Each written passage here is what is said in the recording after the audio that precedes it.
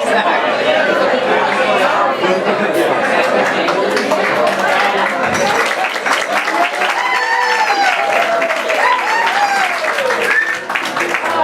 a great turnout. Thank you everyone for coming and paying money to sit at your own tables. We took some of that money and bought new tables, so hopefully if we do this again, we won't be infringing on you, but as you can see, we anticipated a big crowd and we got it. I want to thank the people who helped me do this. Tina, Samantha, Maggie, Adrian, Christine, Laura. That was my committee. They all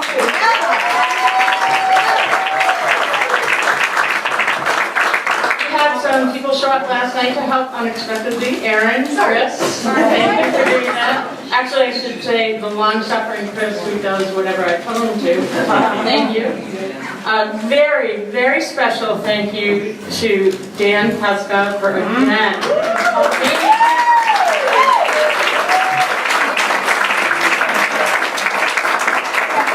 New assistant, Eli. Yes! Last but not least, Gary, thanks for the loan of your lanterns again. I think it really goes a long way to that. So we have 11 storytellers for you today. Actually 12, but you'll see why. Laura Smoke is again going to be the MC for the evening. She did such a great job. So she's going to introduce the first speaker and all subsequent speakers. I think we're going to follow the same format as last year with a little break in between to digest. Okay? And if you need something to digest, there's popcorn over there, free, and some really delicious hot chocolate made with actual melted chocolate. It's very, very good. But most of you, I can see, brought your own food and drink. All right, so Laura, let's get started. Yay! Really big thank you to all the speakers. This is it's not that easy to do. And I told them it's an easy crowd because most of us are their friends and you're half in the bag by the time you're But still, it's hard to get up here and talk. And I'm just full of admiration for all of you. And good luck.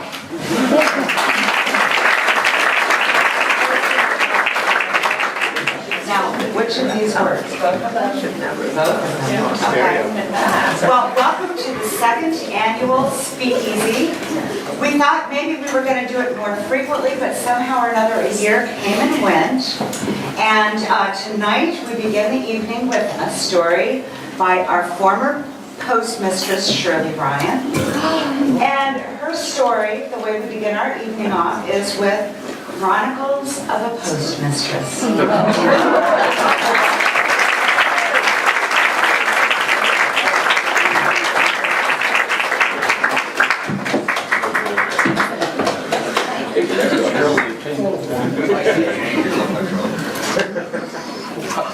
My helper, Jeff.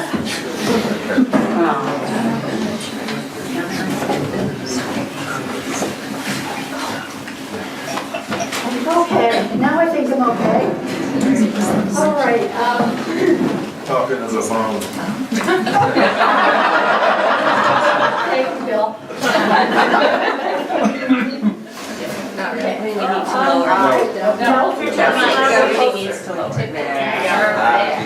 All right.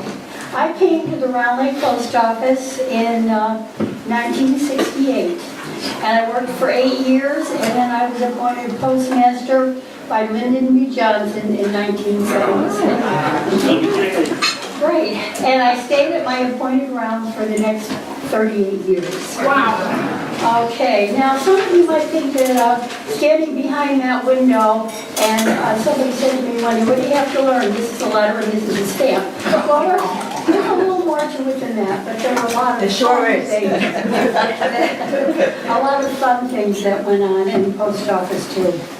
Every spring, the mail truck would arrive one day and I'd hear all this chirping, and the driver would come in with crates of baby chicks and baby ducks. for the local farmers. So they were so cute, and they were so cheerful, that I invited the kids in to come and see the little birds before the farmers came to get them. So there wasn't a lot of work done on that day. Let's see here. Another one of the fun things I did, probably against all postal regulations, but I used to weigh babies on the post office.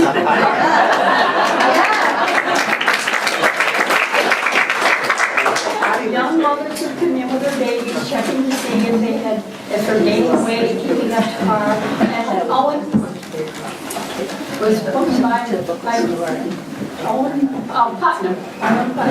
was one of my regulars. Another fun thing to do was when the Boy Scouts were having Pinewood Derby. Remember Pinewood Derby? They had those little cars, and moms or dads and the kids, boys would come in, and we'd weigh them on a scale. They couldn't weigh more than 5 ounces, and they had little pieces of metal that if you had the car was too heavy, you took it out. If it was too light, you added more. So we calibrated the cars, and that was another thing to do. But most of all, I think the best part of the job was meeting every new person in the village when they first came in. Debbie can attest to that too. They have to come to the post office, get their P.O. box. You get to meet them, tell them about all the wonderful things we have in the village. One of my favorite customers, I'm sure a lot of you remember, Helen Goddard Smith. Now Helen had a great way of persuading you to do whatever she needed to have you do. And she called me one day and she said, "Do you have 13 cents?" And I said, "Yes." And that was the cost of a postcard at that time. So she said, "All right, get a postcard and write this note to my friend and tell her I won't be meeting her for lunch." So one of my duties that was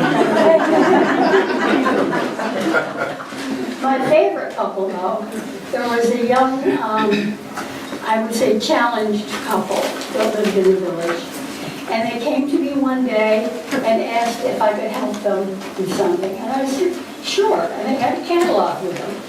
And I said, "Well, come on in, we can sit over here and we'll see what I can help you with." Well, they had a catalog of some very spicy movies. So we leafed through the catalog. They made their choice. They made their choice. So I filled out their order form for them, filled out their money order, and they went away happily waiting. One of the not so fun things that happened, and I think it was in 1979, I'm not sure because I tried to block it out for a long time. We had a break-in in the post office. I got a call in the morning from my clerk. She went to open the post office, and someone had been in during the night, pried open a drawer that had, someone had mistakenly left some stamps in. So we called the postal inspectors, and they came. It was absolutely traumatic. At first they thought I must have, when I left one of the doors not locked. The clerk couldn't remember. She just unlocked the door and she didn't know whether it had been locked or not. And then they thought the window, you know how we close the window down and there's a little hook. And they said maybe you didn't click it all the way down and somebody opened it up. Or maybe this is just staged to look like a robbery, and maybe someone in the post office took some things that they're not entitled to. Well, they never did find out who broke into the post office, and I spent a year and a half paying back $1,200. And I think the only reason they finally decided that wasn't me or my clerk, because they found rolls of stamps on the roof. And they never escaped and went out. So anyway, after one of these really frustrating, miserable days, when I wasn't sure whether I was going to lose my job or what was going to happen. Bill Morrell came in at the post office, and he said, Cheryl, Marge and I want you to come over and have a martini. How unusual. I said, that sounds great, Bill. So we did. I went over to Marge and Bill, and we had a martini. And you know what they say? One martini is not enough. And two is too many. Well, let me tell you, two is too many. I felt fine when I left the house, but by the time I got home, I was a little woozy. And I went in the bathroom and stayed there for a few minutes, and I sat on the floor, kind of hugging the toilet. I heard someone come in the house and call my name, and it was my sister Cindy. And I thought, oh no, I'm not telling her about the flu. And Cindy came in, and I was in the bathroom hugging the toilet, and I had to admit to her that it was the post office flu. It wasn't. And as you know, Cindy, the rest of my family knew about it very quickly. And to this day, my sisters still think that I'm a tipsy sister. We still do go out for dinner maybe once a month. And one of my sisters, when I ordered a shrimp cocktail, said, well, how much booze is in that? So anyway, I did not lose my job. I went on to work another 30 years, had many more martinis at the Morrell. And let me see, there was one thing I wanted to say before I finish. Okay. Neither snow nor rain, nor heat, nor gloom of night kept me from my swift completion of my acquaintances.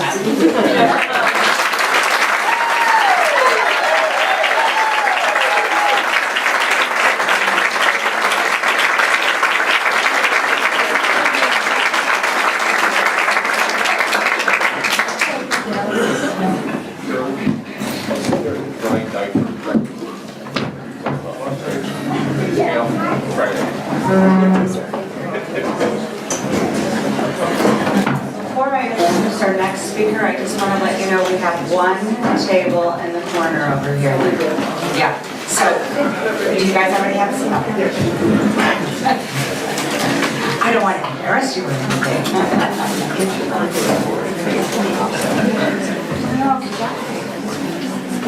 So, our next story is going to weave together both family and American history. It highlights famous words and lengths to which we will go for our children.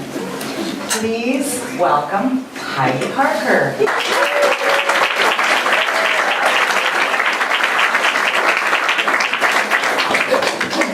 How many microphones do I need? I know. I don't know if you all know my daughters, but I'm sure you've all heard of Abraham Lincoln, so I'll begin there. Our 16th president, who had a birthday this week, loved language and oratory, and he had many famous speeches, but perhaps the most famous of all is the Gettysburg Address. It begins, if you remember, 7 years ago, our fathers brought forth on this continent a new nation, conceived in liberty and dedicated to the proposition that all men are created equal. You've all heard that? Let me give you a little context about that speech. So, Abraham Lincoln was president from 1861 to 1865. Excuse me, right in the middle of that, July 1863 was the Battle of Gettysburg in Pennsylvania. In the bloodiest battle this country has ever seen, the bloodiest war this country has ever seen, this particularly was the bloodiest battle. In 3 days of fighting, 10,000 men either died or mortally wounded.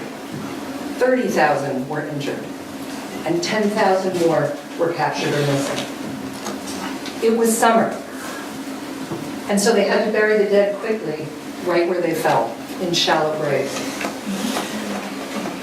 In the fall, they set aside part of the battlefield to properly bury the dead, and in November, they held a ceremony to dedicate the cemetery and honor the fallen. Now, this was a full-day event. There were bands, there was music, there was long speeches. President Lincoln was asked to give a few appropriate remarks, but the real center of the program was Edward Everett. And he was the most famous orator in the country. When he took the stage that day, he spoke for 2 solid hours. They were used to long speeches, and they looked forward to it. When he was done, Abraham Lincoln stood up and delivered probably the best statement of our national purpose that's ever been written. And he did it in 272 words. People were disappointed. They were shocked. They didn't know what to make of this. Edward Everett did. The next day, he sent a letter to Lincoln saying, I hope that I came close to accomplishing in 2 hours what you did in 2 minutes. Now, this speech is known today for both its power and its economy. President Kennedy said that Lincoln's words were so eloquent they were impossible to paraphrase or summarize. And when they built the Lincoln Memorial in the 1920s, they inscribed those 272 words on the inside of the monument. So that's our history lesson for today. Cut to my family. Tom and I at the time had 3 little girls. Charlotte was still a baby, Sydney was in 2nd grade, and Olivia, over there, was in 3rd. Olivia and Sydney were very competitive at the time, 1 school year apart. And when the school announced that they were going to have a talent show, both of them could not wait to audition. There was a lot of discussion about what talent they would display. And Sydney quickly decided on doing rabbit jokes. She put on a Halloween costume, bunnies, and she was memorizing jokes like, who do you call when a bunny needs a haircut? A hairdresser. So she was cracking herself up. She was terribly happy. This was great. Olivia, on the other hand, was really stuck, and she couldn't think of what talent she should do. So I suggested that she recite the Gettysburg Address. I'm not really sure where it came from, but I knew it was very short, and she knew it was very famous, and so it was decided. So now I've got 1 kid walking around, telling dumb bunny jokes, and the other one reciting the Gettysburg Address, and it's a little chaotic, but the day for the audition came. And I'm there in the doorway, of course, watching them. They both auditioned their talent perfectly. There was funny jokes, people are laughing, and there was Olivia sitting there, center stage, delivering that incredible speech in the school auditorium, and I could not have been more proud. And then the next day, the parents of the finalists received written notification, and I realized that Sydney and the bunny jokes are in, and Olivia and the Gettysburg Address are out. Right? So I'm stunned, because I saw her do it perfectly, and I know that this is going to cause considerable discord in my household. It was a little scary. And what am I going to say to Olivia? I mean, she did it perfectly, and then, that wasn't good enough. Somehow, so I did what every red-blooded American parent would do. I called the talent show her name. Not every. And I have never, before or since, called a teacher to fix anything for her. She hasn't. School is her territory to negotiate, and that was fine. But this was a travesty, and I knew that there would be no peace in my home. And I said to the woman, "Why did he not get in?" And she, did it perfectly. And she said to me, and I quote, "Well, it's a little long." And I made some comment about it. It's like the shortest speech ever. And she said, "Do you think you could edit it down?" Now the world is like spinning off its axis. And I heard myself saying, "Yeah, sure, I can do that." So we decided decided on a delivery length, and Olivia was in. So I told both the girls that they got into the talent show and not to raise any red flags. I said to Olivia, well, you know, I'm going to cut that down a little bit. I'll get a bigger t-shirt. And it was a highly surreal moment when I sat down with the words that are inscribed on the Lincoln memorial and edited them for brevity and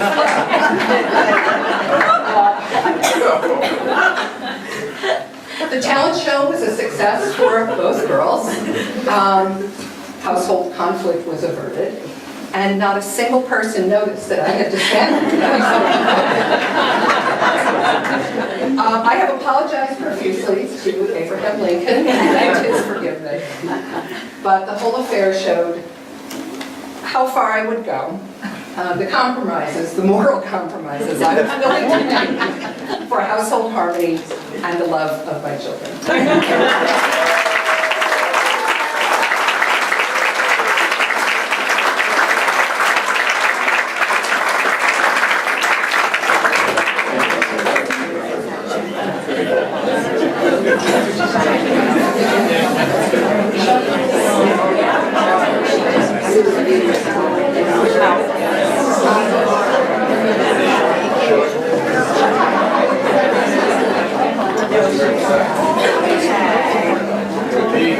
Our next storyteller is Chrissy Morrell.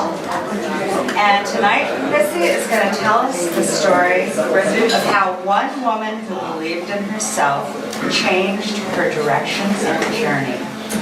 Chrissy?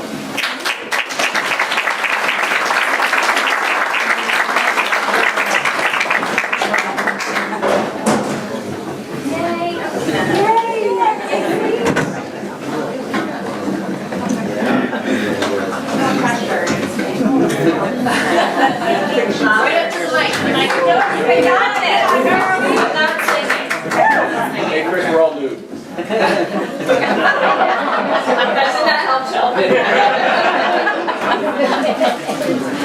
So, they had asked me what the topic was for this evening, and I was told that it was love. Is that correct? That was more or less the theme that we were going with. Okay. It was fun. It was perfect, because he thinks this is about him. Sorry. So I am going to read from notes. I usually give speeches and have done training for hundreds of people in a room, but you guys are all a little too familiar, so I'm a little more nervous than I usually am. So, do you ever get that feeling that you're in a point in your life and it feels toxic? People around you, maybe your job, things that are going on make you pause and think, what the F am I doing? And Katie knows she's videoing this for my son. I was in a point in my life where those moments were happening a little bit more frequently, where I had to stop and look at the mirror, which is often very hard to do, and think, I gotta change something. Something has to change for my kids, for me, for everything. So I'm going to tell you 3 little stories that kind of are moments in my life where I had to stop, look in the mirror, and say to myself, I can do this. I'm going to put my big girl pants on. Number 1, I'd like to see you try. This was said to me over and over again for years. It was before your time, you can't do it. I'd like to see you try. Come to April, a freezing cold April. We do live in the Northeast. And by cold, I mean I couldn't feel my face. One of those moments where I drive Katie to the bus stop and I tell her, your nose hairs are going to freeze. It was that kind of a weekend. Doubt consumed me. I didn't know what the hell I was doing there. I was surrounded by people I didn't know, and I was staring fear right in the face. I had a fear of failing, and I had a fear of falling. I consider myself an indoor girl. Sitting on the couch with a cat, a cup of coffee, binging on Netflix. We were just talking about this today. It's kind of like my thing. a coffee. So, also drinking bourbons and martinis at 5. Surely I can relate. Number 1 is fantastic. Number 2, not so much. So here I was, outside, freezing, thinking to myself, what the hell am I doing here? I watched people who I thought were better than me. I watched them from a short distance, every move that they made, where they put their hand, where they put their foot, doing movements there that felt like so natural to them. It was their job. I heard a voice walk up to those same people and say to them, this isn't your time. It's time for you to walk away. And I thought, if it's not their time, does that mean it's my time? I can't believe this. What's going on? Stood there in awe, disappointment on their faces. They walked away, texting people, maybe calling their loved ones, getting in their cars and driving away. And here I was, still standing there.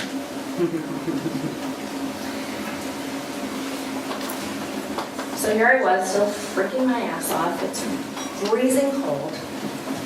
And I could hear that voice. You can't handle it. I'd like to see you try. So that phrase repeated itself in my head over and over and over again, like a bad Bon Jovi song. It was my turn. The people that decided to stay all stood on a sidewalk. I was screamed at to go faster. I was yelled at to push harder. I had 2x4s thrown in my direction. And I did figure 8s in about a box double the size of the stage. Wasn't I nice? I did it. I spent the weekend at Adirondack Community College for 2 freezing cold days. I took a written test. I took a grueling physical test. All the walk into DMV the next day and get an MC stamped on my driver's license. I got my motorcycle license.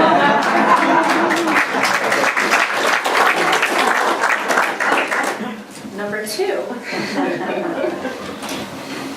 If you don't, sorry for the kids, my kid knows the language. If you don't change your mind, you bitch, I will find you.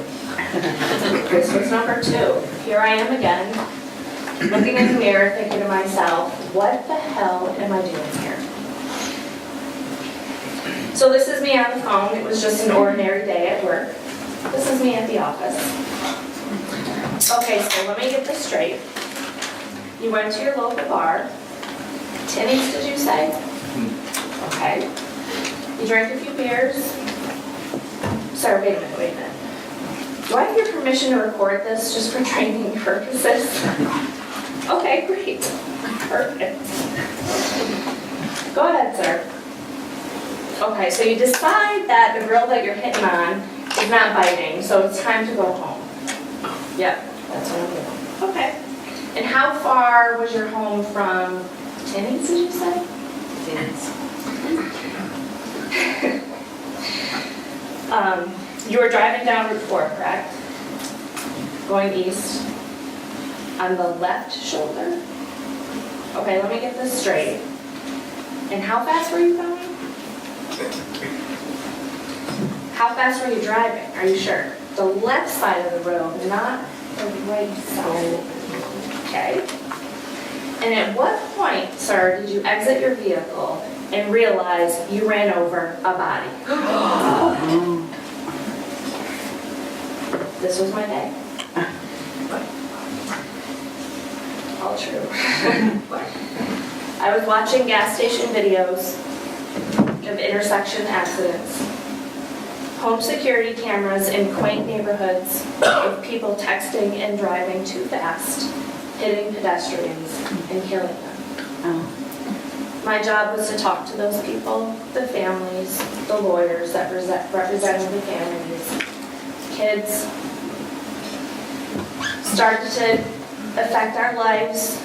A couple teenage drivers in the household, and I could hear Damon and the kids, my son, Jackson, Ryan, Ma. It was affecting me, not only my health, but my blood pressure. This is when I decide again, looking in the mirror, to leave that company after 22 years, a steady payroll, not bad hours, brought me to number 3. So fast forward to where I am now. No longer the subject matter expert, no longer getting screamed at on the phone or watching those horrific videos. I was in a completely different environment, working on contracts over $10 million for a bank. And I hate math. And by mean I hate math, I literally will hand the receipt to Damon at a restaurant to make sure I don't screw up the tip. That's how bad I hate math. You're not alone. Thank you. So here I was, putting myself out there in a zone that I am not comfortable in, thinking to myself, here's another Chrissy WTF move. What am I doing? So I'm now in a boardroom, probably about the size of this room, and I'm surrounded by suits. So I'm no longer on a phone, but I'm in an environment that I'm not comfortable in. So I was asked to coordinate a community funding project for the bank and sponsorships that came in regularly. We are a bank, people want money and they ask you for it all the time. So I could feel that these new guys were looking at the new girl and waiting for her to fail. So I walked into the boardroom feeling that these gentlemen in their suits, one of which who did not receive the job that my boss did, president, was in the room. I placed a packet in front of each of the suits that included requests for money. I started to review the agenda to ensure we had enough time to read through each proposal. And I think I had fresh coffee and donuts as well. So in the middle of my discussion and going over the agenda, I was rudely cut off by one of the big suits. Kristen, it's my legal name. Everyone knows me as Chrissy or Damon's girl. How do we know what to approve if we don't know where we are in the budget? So I could hear the snickers in the room, looking around me at all the guys in their suits, not one female in the room. I'm often told I have the nicest way to tell people to act off. So you can imagine my face when I said, "Excuse me, Jerry, is it?" If you turn to page 3 in the packet in front of you, you'll find last year's figures compared to this year's figures, broken down monthly since you forgot to do that last year. Silence hit the room. From that day, I was respected just a little bit more, and I was proud of myself. So my life lessons, my lessons to my kids, are to be your own advocate. Stare fear right in the face. Do that next journey. Surround yourself with people that make you smile, make you happy. And of course, bourbon.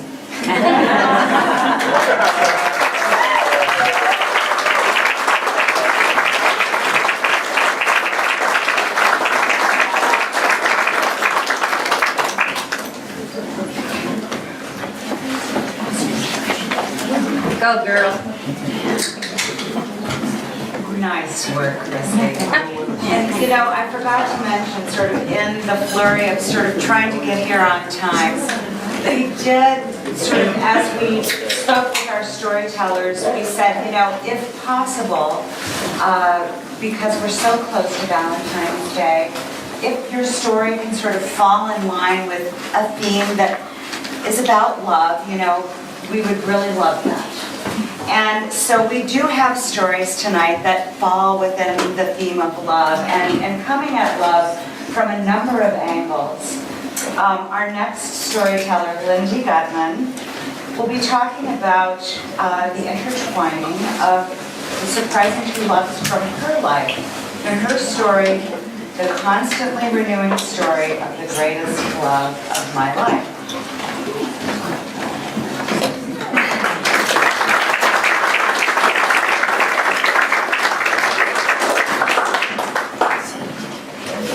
Got my notes too. So I was thinking about love, and I was thinking about stories, and I'm thinking about love stories, and I'm a family therapist, and I'm trained in a narrative model, so I think about love stories all the time. And I often ask the couples who come to see me to tell me their own love story. And so I got a lot of love stories in my head. And I've been doing this for 40 years, and I love this work. One of my, it's like a duck, it's like a DNA, you know, intertwining. So one of my loves is work. And I've been doing it for 40 years and I'm not going to stop. But I thought, what's my love story? And I think, sorry Bob, that the great love of my life is music. And so I sang all my life. And when I was really little, like 5, my sisters and I, who remembers the Rice Krispie jingle? Yay! Okay, so my part, and I did it right. I did it when I was 5. You want to do one of them? It's crackle, crispy sound. You gotta have crackle or the clock's not round. Oh, please, crackle bells, jingle bells, sparkle beats, sparkle, but crackle makes the world go round. Crackle, hot, Rice Krispie. So I went on, I didn't play it, but I didn't make much of it. We all sang. And then I got a little more serious, and starting when I was 12, I spent a week every summer at a choral workshop, and I sang about 25 hours a week. And then I moved on to Mozart and Dvorak and Fauré. But again, I didn't think a whole lot about it. People sang. And so when I was in the early 80s, I learned family therapy, and I was taken in by a wonderful mentor who looked at me and said, "You're a musician." I thought, "I'm a musician." And one of the things he taught me, besides all the wonderful ideas and techniques of family therapy, which sees problems from very different perspectives, another great love of my husband. So I began to see this in myself as more important than I had realized. That's one of the things I do for people when I see them. They say, what they say, "I never thought about it that way." That's a good thing. So now I sing in sometimes 1, sometimes 2, sometimes 3 choruses and so on. And I'm not an expert. Malcolm Gladwell says you have to have 10,000 hours to be an expert. And I once did the math. I did the 25 hours times 7 years. Blah, blah. I got to about 6,000 hours, so I'm not an expert. I've got 4,000 more hours to go. I'm not giving up. And also now I ask people, tell me about yourself separate from the problem. So I get to see more about people than their problems. So, what's the next chapter? Actually, the one I'm in now, I'm taking voice lessons, which is totally different than singing in a chorus of 90 people. It's very different. And I could do it because I studied about what to do about anxiety. And you, as Chrissy said, where we work, you face your problem. You don't avoid. Avoidance makes it worse. So I got really brave, and I started taking voice lessons about 2 years ago. And it's like good therapy. It's given me joy, and it's given me confidence. And so I'm very happy that I'm doing that. And I found in the music that I'm learning now, in one of my courses, a piece by Alice Parker, who at 93 is still going strong. So here's what Alice Parker wrote. The piece is called Beauty and Blessings. In the splendor of our stories, the unrolling of our lives, beauty is born and blessings linger. In the singing of our love, in our sorrows and rejoicing, in the poetry of pain, beauty is born and blessings linger. In the solace of the song, in the sharing of our music, in the voices we have joined, in this moment, here, together, beauty is born and blessings linger. Thank you. I have to say, while everybody's sort of adjusting themselves, Dan Pascal has done a beautiful job. Hey, Dan! That is otherwise kind of ordinary into a really special place to be tonight. Okay, so last year we had decided that we would limit our speakers, our storytellers, to villagers. This year we opened the doors a bit, and tonight we have a storyteller from Saratoga Springs.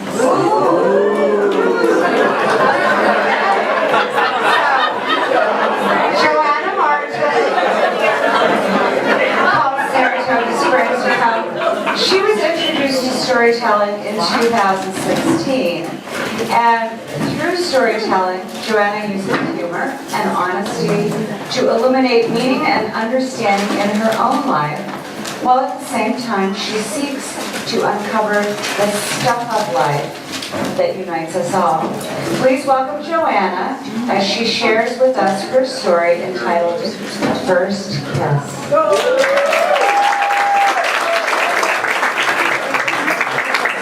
Good evening. Thank you for allowing this Saratogian to come around late for this event. This is fantastic. Sometimes for fun, I try to remember every first kiss I ever had. If conditions are right, I can recall what I was wearing. The denim mini skirt or that terrible, awful polyblend navy suit from Talbot's. And sometimes I can see where I was standing, on the balcony of that West Village apartment, or leaning up against his car the night before I left for college. As for why I do this, I guess let's just say I enjoy the challenge. Kind of like the Sunday crossword puzzle, only different. There's something about a first kiss. It can be enchanting. The thrill of having a never-before experience. It carries just the right amount of uncertainty, which can be delightful. The first kiss carries with it the promise of that anything is possible feeling. And if it's done right, it can launch you into the present moment, crystallizing it forever. To say that it's magic is no overstatement. In my late 20s, the drumbeat of babies and marriage beat so loudly I could barely hear my own voice over the societal rhythm. It made breakups even more painful because it meant that these seemingly required milestones would remain elusive. For solace, I would search for the silver lining. The hidden perks of heartbreak, I told myself, meant that with this goodbye, another hello would be on the horizon. That with this breakup, it meant that I got to have another first kiss, that my kissing you lips days were not, in fact, over. Anything to ease the pain. I would be remiss if I didn't tell you about Tommy, as he was my first kiss, which took place on Friday, June 13th, 1986. I had known for a week beforehand when I was going to have my first kiss, a full 7 days. Now, I like a little dramatic anticipation, but this felt more like a slow walk of the plank. I had known when I was going to have my first kiss because Tommy only wanted one thing for his 13th birthday, and that was a kiss from me. I had become Tommy's girlfriend standing underneath the clock in the cafeteria after I had just purchased my ice cream sandwich. He walked up to me with his two best friends by his side and held out his hand and opened it to reveal 2 Hershey's chocolate kisses, one for me and one for him. I should have known what was coming next. After he had given me the chocolate kisses, he made the move to ask for the real thing. We were on the phone a couple of days later, the kind with the long curly cord that you pull into the bathroom so your parents can't hear you, so you coach. And he was awkward and nervous, and I couldn't really tell what it was he was trying to say, but it just ended up being that he wanted a kiss for his birthday, and he wanted it to be for me at a designated spot at school. Now, most of my peers, well, maybe not most, many of my peers had cleared first base by this point. With enthusiasm, I might add. I wasn't really in such a hurry, as my excitement could be more accurately described as sheer terror. But that spring, Prince and the Revolution song Kiss had cleared the pop charts and it was #1, so I felt as though it was only a matter of time before I was called up to bat. So on that day, the designated day, I was in industrial arts class, and I was making ashtrays out of thin metal sheets with a choice of gold, silver, and bronze. So if the rotary phone didn't give away my Gen X status, surely making ashtrays at school.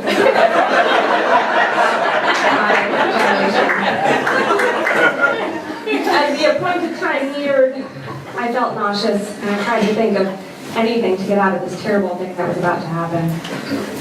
It wasn't that he wanted a kiss. That wasn't the most terrible part, as we were madly in love after all. But the worst part was that by the time Friday rolled around, everybody knew what it was we were going to do. So what I remember most was leaving the classroom, coming back in, and having all eyes staring at me gawping, looking for evidence that the deed had been done. As I am not one to kiss and tell in front of a large audience of strangers, I will just say this, that the taste of cinnamon Big Red chewing gum stuck with me.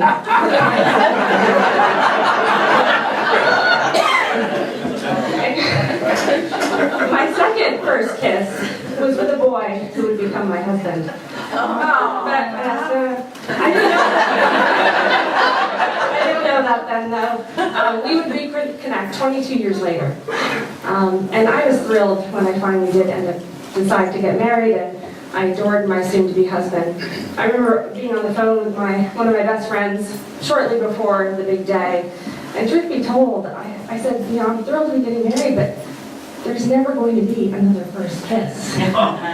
And she said, having been married for quite some time at this point, the loss of the first kiss would be replaced with something much more meaningful and deeper than that fleeting spark. And she was right. I can't say that I ever really missed that longing for other lips. But my husband, he didn't quite feel the same way. I don't call it the 7-year itch for nothing. And so when I was literally on the floor in a puddle of my own tears and sweat, panicking, crying, feeling such dread and sorrow over having learned about his affair and his choice to stay with the young real estate agent instead of me and our marriage, I lifted my head for just a moment.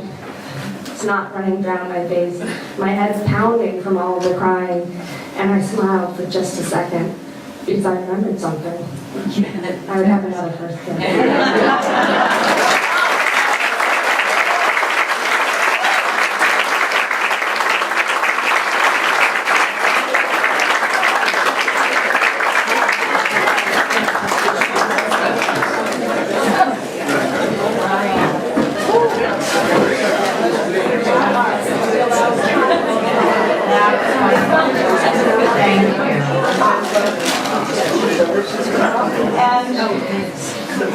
With the wisdom of time, we look back and we have a visceral response when we realize lost opportunities.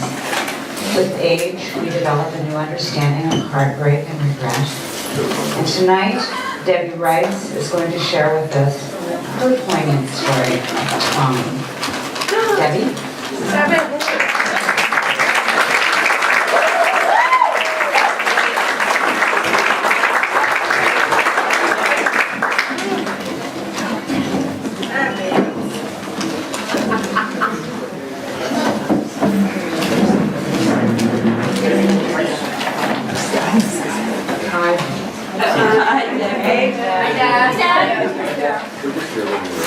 For time purposes, I had to really cut a lot out of the story. And If I've piqued your curiosity and you want to know more about it, I'd be more than happy to. Nice and close to the mic. That special someone, you know, that one who unexpectedly walks into your life, but they never leave you. Tommy, you never knew how you stole my heart that summer, so long ago. And although our moments were fleeting, it was you that made it special, and I never forgot you. Many times in my life, I thought about you and wondered what came of you. In the years before social media, I tried to find you. And once I got on Facebook, you were the first person I looked for. This past October, through an old high school friend, I found out that you had passed away. As I sat in shock, my heart broken, why would God take this sweet, gentle soul? How I longed to speak to you, to only be robbed again. As I tried to wrap my head around this, I became obsessed to find out what happened. I found your obituary and was surprised that you lived in Florida, had 4 children and many grandchildren. As I read the condolences, what struck me was that everyone spoke of your loving character. Not surprised, but that's how I remember you. To see that you passed away in January 2012, 7 years now, it makes me sick in my heart. The words, "He went to be with the Lord," just ate at me because it told me that you were sick. I found 2 pictures of you, one when you were about 25. I could not mistake those smiling eyes and beautiful smile. I cried like a baby. The other is of you looking so sick and frail that you wouldn't even look into the camera. It hurts me so. So tonight, I'm going to tell our story. Tommy, he was the one who got away.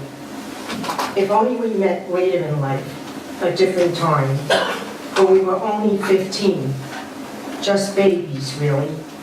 He being shy, me being insecure. The timing was so wrong. 50 years later, I live with the what-ifs and the many regrets. But even as a 15-year-old girl, I saw how special he was. He lit up a room when he walked in, friendly, talkative, helpful. He had a maturity way beyond his years. He was charming in his quiet way, and it was hard not to be taken by him. I surely was. You might not think much of my story, but to me, it was everything, is everything. For my memories of him are beautiful and pure. It was the summer of 1969. The Beatles, the Doors, the Stones, Jimi Hendrix, Santana, Janis Joplin, just to name a few. The best music ever. Yeah. Sex, drugs, and rock and roll. Peace.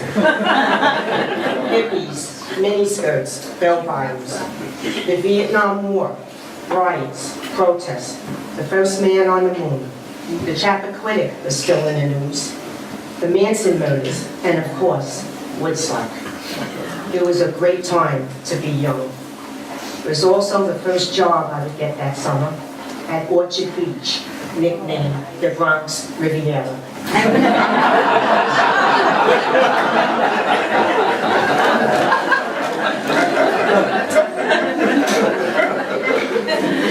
Little did I know that a skinny boy with red hair and a beautiful smile would walk into my life. As I started my first day, Memorial Day, it was filled with excitement. So many of us getting to know one another. It wasn't until 2 weeks later he came into my life. As I was trying to find a lunch area, looking somewhat disoriented. He held out his hand and he said, "Hi, I'm Tommy Finnegan." That handshake blessed me with the best human I've ever known. As he showed me a shortcut through his office, the first thing I noticed was his wavy red hair and lots of it. As we would run into each other, he always found time to talk to me, and I made it a point to go seek him out in his office. As time went on, I really started to feel for him, and I looked forward to seeing him, making sure I looked my best, of course. One day, he told me I looked pretty, the first boy to ever do so. I will never forget the day when I walked into his office and he was sitting at his desk. There was always chairs to sit in, but for some reason that day there were none. As he starts to apologize for there being no place to sit, I said, "That's okay," as I walked across the room in my short miniskirt and sat at the edge of his desk, crossing my right leg over my left. It wasn't planned, it really wasn't. His face, I will never forget, as his jaw dropped. But Tommy was cool, a gentleman, respectful, never made me uncomfortable. He was soft-spoken, his voice calming, soothing. God, did I love his voice. A quality that still turns me on in a man. Tommy's best friend also worked with us. So I started to tell him how I felt about his friend. He said, "Don't worry, Deb. I'll do everything I can." My friend Tommy, he's painfully shy. Towards the end of the summer, the bosses threw us a beach party. Tommy asked me if I was going. "Of course. You?" He said yes. That night. As we had a fire going, we really didn't need it, as the moon lit the night with its brightness. I remember wearing a tight white jeans with wide bell bottoms with a printed halter top. I sat on a blanket with a bunch of girls.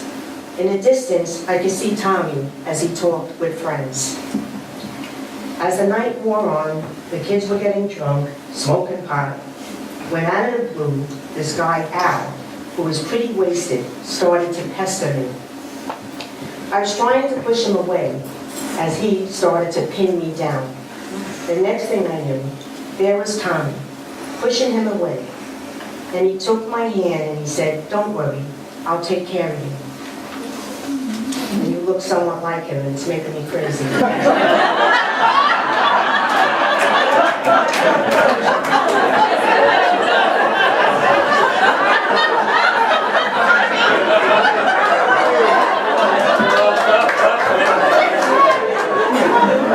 Because I feel he's around me a lot. So.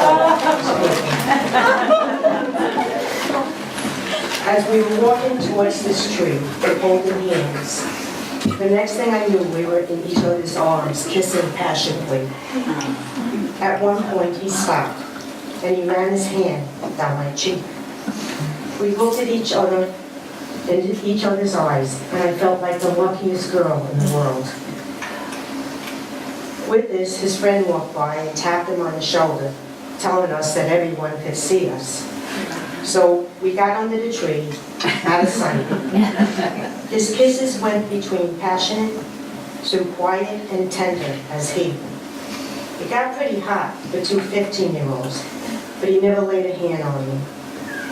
As to what happened next, I don't remember. We never exchanged phone numbers, and off to a new school year we went. Although he didn't live far, probably like from here to Saratoga, it might as well have been the moon. I even found his phone number, but lost my nerve to call. That winter of 1970 lasted forever, with him in my thoughts every day.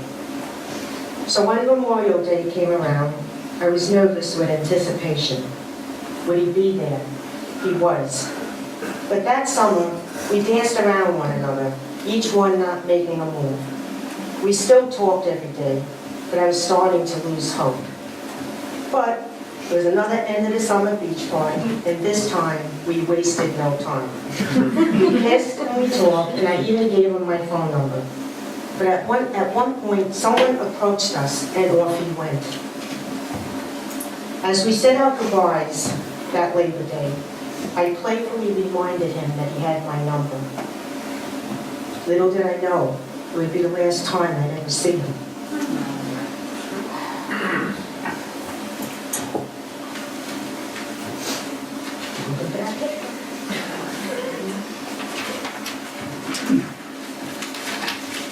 I'm sorry. It's just ruining what I wanted to do. Okay. To tell you that I'm beyond devastated is an understatement. Although I'm 64, I never expected him to be gone. In the past few months, I've questioned, why do I grieve so? Maybe it's because I still see that young boy with all his charm, or that him and I had unfinished business. I never did get to have that true relationship with him.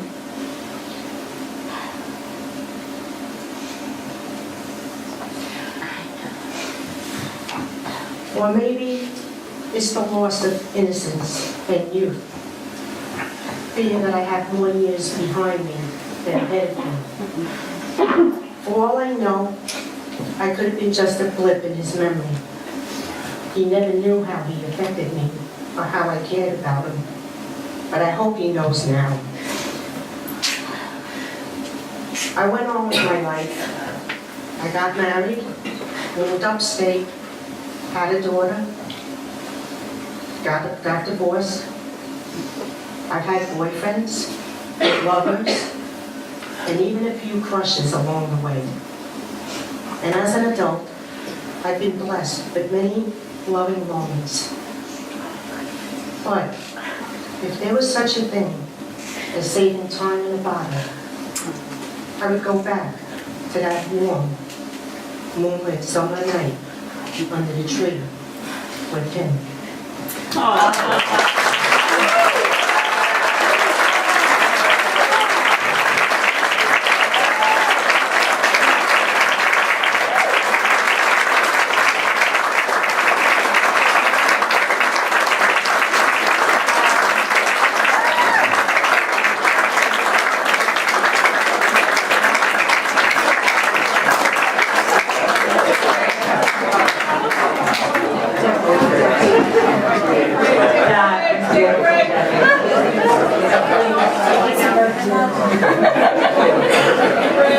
As everybody knows, the post office is the place where we all sort of cross paths at odd times of day during the week.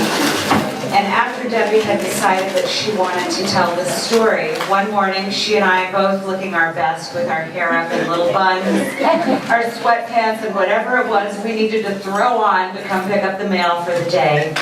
You know, Debbie and I had a conversation, and actually Kim was there as well. She was in the office that morning. And you did a beautiful job, Debbie. Absolutely. You know,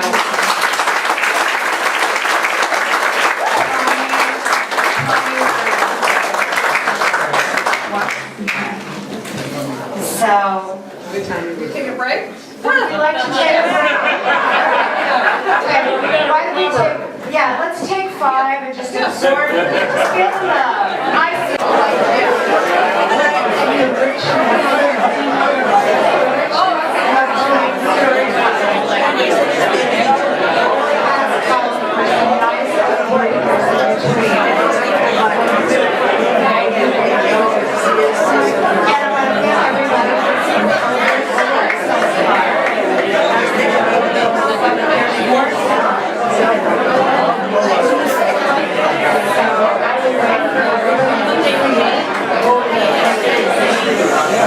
Yeah.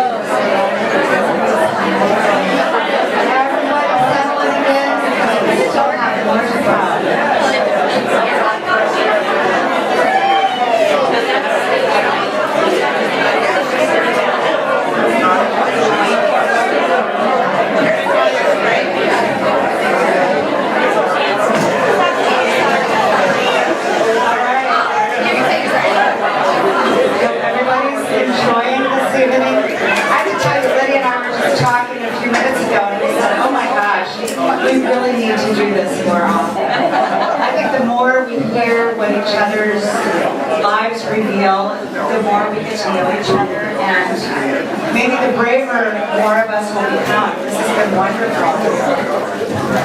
So, Diane DeLauro is going to share the story of her love affair with shoes. This is a relationship that is complicated by the problems of aesthetic judgment and money.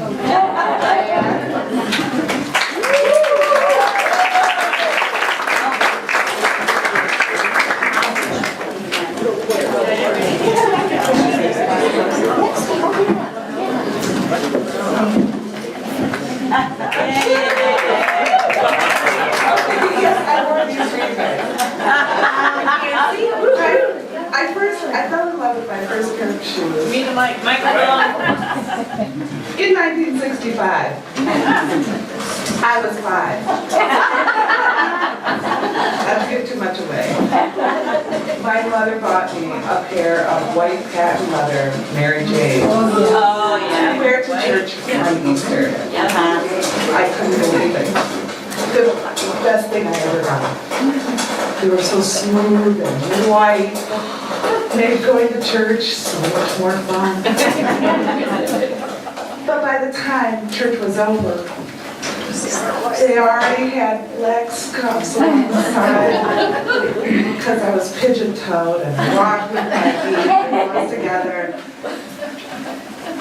And I learned about falling out of love with a pair of shoes. I became disenchanted. Somebody told me, well, you can clean patent leather with Vaseline. So I got Kleenex and I got the Vaseline, scrub. But of course, the black scuffs wouldn't come off because it wasn't really patent leather. It was plastic. All my shoes were plastic. It was the 60s, everything was plastic. Right. So I read a study done in 2013 that the average woman in America owns 27 pairs of shoes. That's the average. Right? Not about the market. Sounds fine. So I knew I was going to come here and talk about this. I immediately went to my closet and started counting. Let's say it's 57, not counting the ones I couldn't find, and the boots that are in the hall closet, which don't really count because they're functional. So let's call it 57. That means I've fallen in love 57 times that my husband doesn't know about and doesn't really care about. But from each of those pairs of shoes, I've learned a little bit about being disappointed in love, disenchantment, and eventual disappointment, not in the shoes, but in myself for having chosen. Sometimes it was a second choice. You know, you can't really afford the ones you want, so you go look for something that's sort of like it. And I can tell all of you now, they'll never measure up. You'll like them for a minute, you know, until you get to the cash register and then you realize I'm still paying money for these and it's really not what I want. And then you get home, it's like, well, I'll let me try wearing them, and then they're not really right. But you've chosen them, and what is there to do with them but adopt them and put them with the rest of your adopted children in the closet? Maybe you'll be able to wear them one day. The time will be right. The second pair of shoes I fell in love with was a pair of white go-go boots. 1967, 68, I think it was 8. And I told my mother, I would like a pair of white go-go boots for Christmas.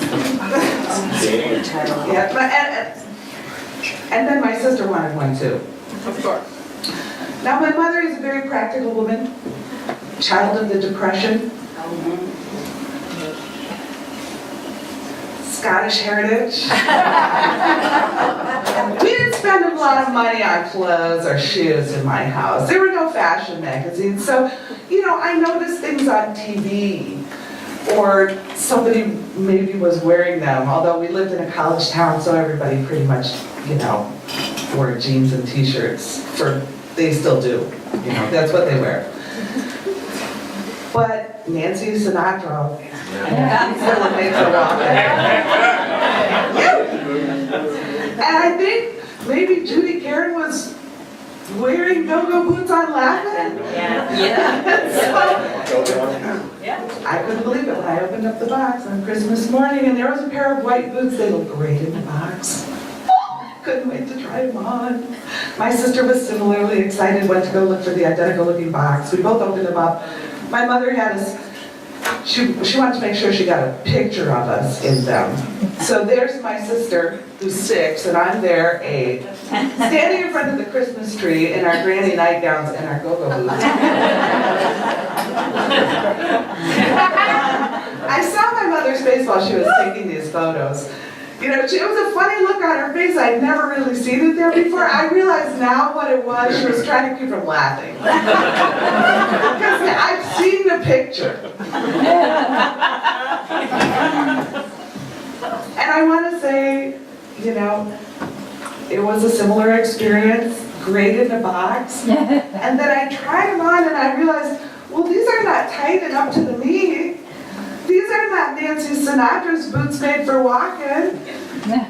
They looked a lot like white boots. They looked a lot like white rain boots.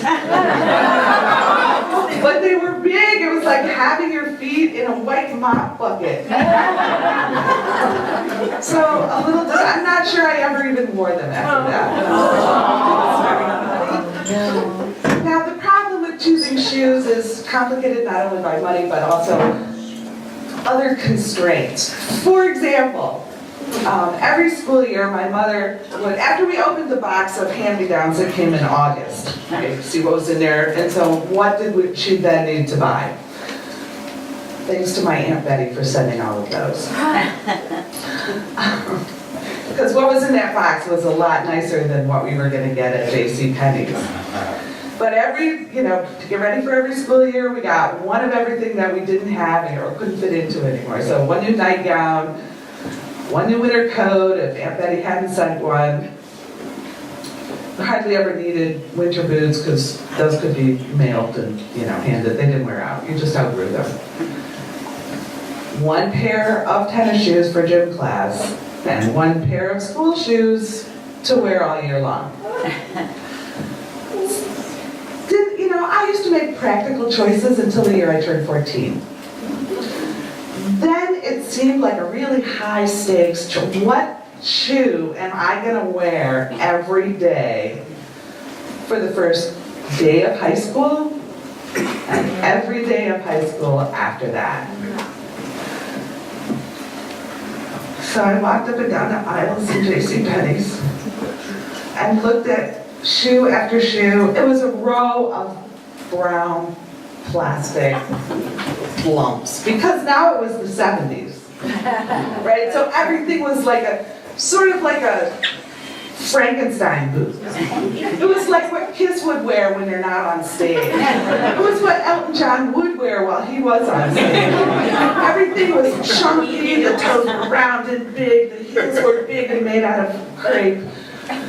And everything was brown. The clothes were orange and the shoes were brown. And everything was made out of plastic. So I found a pair of shoes that I thought I might be able to wear in high school without embarrassing myself. They were big brown shoes. Big brown toe.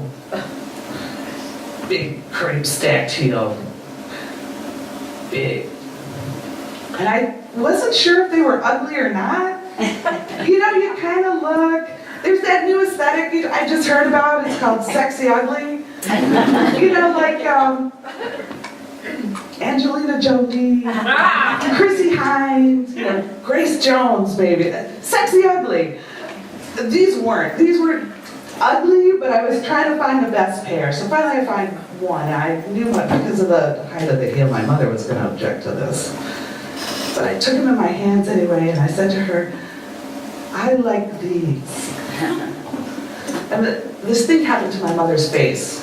When I told her I wanted something, and she didn't think it was a good idea, her mouth would get really in a straight line, and she'd blow a lot of air out of her nose.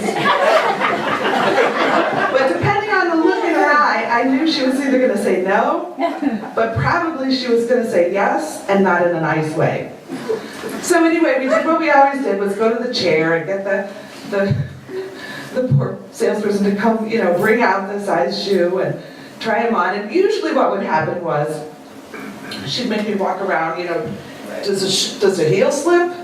Is it wide enough? You pinch the toe, is there enough room?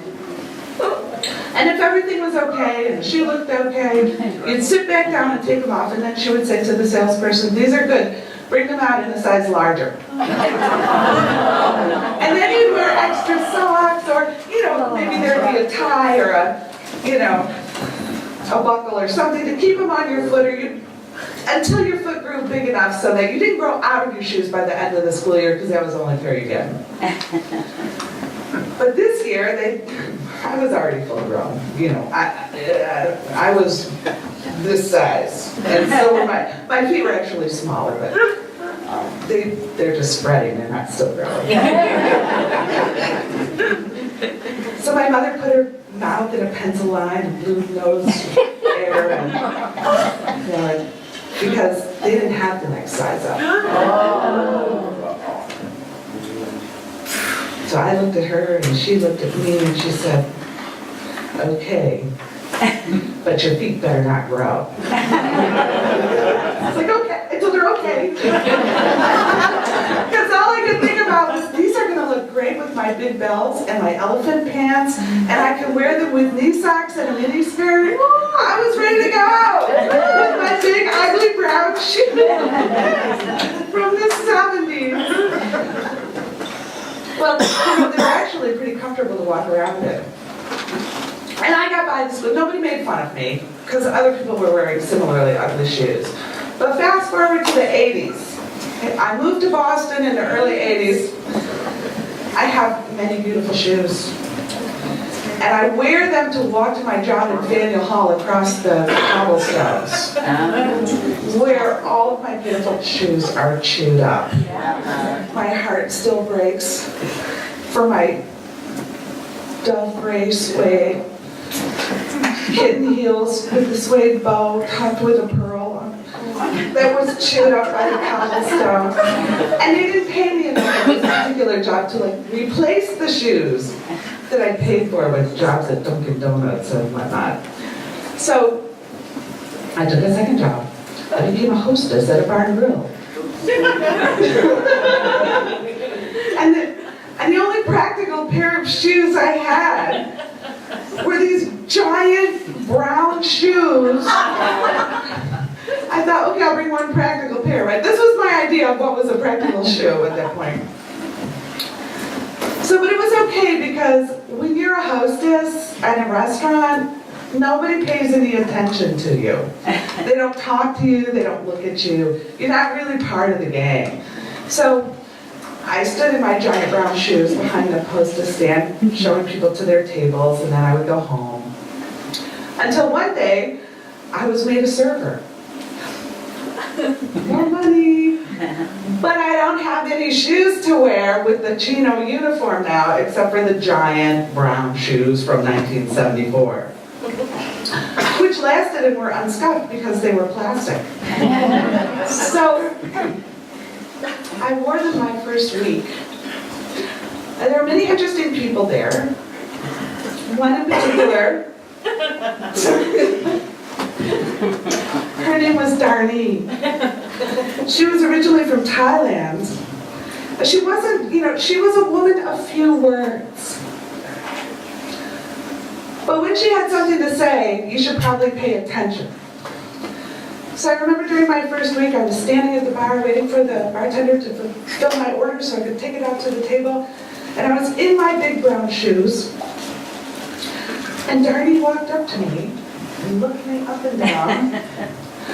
And I thought, somebody's gonna talk to me. And she said, big brown shoe. And I was just about to offer all kinds of excuses. But she said, big brown shoe, kick dog dead.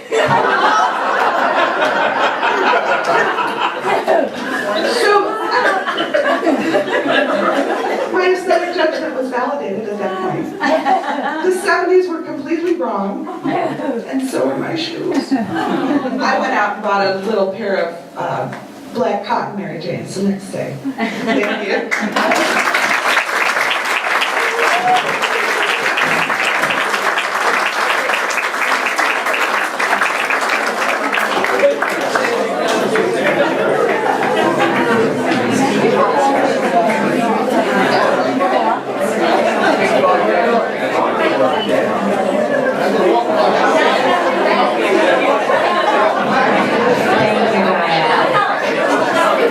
I'm of the same era, not a similar era, which I loved.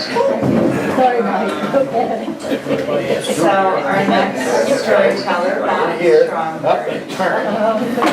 Bob sees the stuff of life through the lens of his camera. By zooming in on the tiniest of details, his experience of the stuff of life is enhanced. Please welcome Bob as he shares with us Close Up.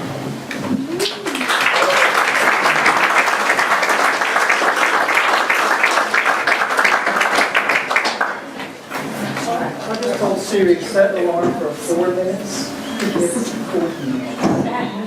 No.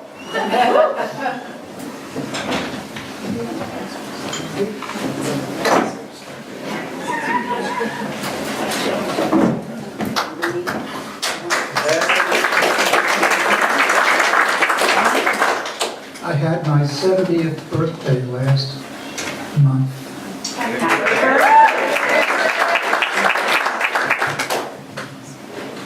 And how do I feel about that? The rest of my life is opening up before me. I don't know how long it's going to be, but it's going to be good.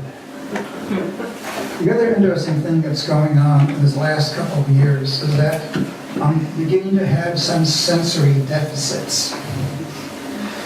I've always had problems with seeing things with my eyes. When I look at a pair of binoculars, I see 2 different circles. And everybody would say, what's wrong with you? My eyes are wrong with me. And I need wedges in my glasses so I can see a single image. And I have had for about 4 years some vertigo. Everything moves a little bit like this. I put a foot out like this to maintain my balance. I pay close attention to my environment. And I also have some hearing loss in my left ear, so I listen like this to people. My wife will sit to my right because we want to converse. So what do I do with these increasing sensory deficits? I pay attention. I have a cell phone. I like to take close-ups. I always like to take close-ups, but in the days of film cameras and with a mother who was a Depression-era baby, we didn't spend much money on photography. Now we can take tens of thousands of photographs and delete thousands of them. So I look at things that are close to me, things I can see. It's a little strange to see this, but I see that the thing that's close to me has a place in space. I see around it, in a sense. I see it, I see what's beyond it. I look at my hands. I look at the music I'm holding. Sometimes I look at the music director the choral director and try to see what she's telling me to do with the music. It's a chorus joke. And what this does is give me the chance to focus, quite literally, a lot of attention on what's close by. I have a folder full of photos of salt and pepper shakers. Because I like looking at those things, the things that you can reach with your hand, with your handle, that's everything going on. A little clunk when you put it back, all those senses are working for you to enjoy it as much as you can. When I visit a museum, we sometimes visit museums in other countries or in other cities, but think about the Hyde collection in Glens Falls. And upstairs they have a piano with a keyboard. Take your camera and let the guard know you're not going to touch the piano. And get close to it. Get within inches of it. And take a slice of life that's there, repeating black and white keys. Get close to a portrait on the wall, a Rembrandt or something, and get really close. Capture a portion of his face. This enables you to see what the painter saw when he was doing this. And you take it back, and later on a frozen February night, and look through your photos, and say, ah, that's the look of those things. The sand on the beach. That's what it was like. So what do I do with this slowly increasing difficulty? I pay close, loving attention.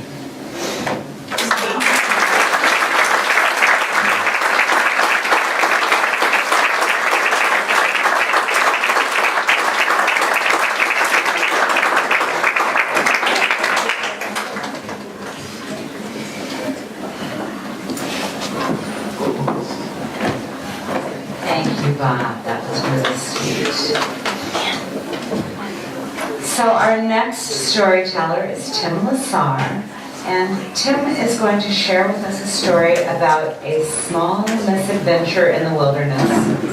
A misadventure that was fully avoidable had he not ignored clear warnings and good advice from an unlikely source. Thank you. The second time we did indeed let children that day. As I sat in the dark and thought about what had gotten us into that predicament, I realized that I had been forewarned both times. Along with two long hiking, camping, canoeing buddies and their three teenagers was my son, my 10-year-old son, my youngest son, Michael.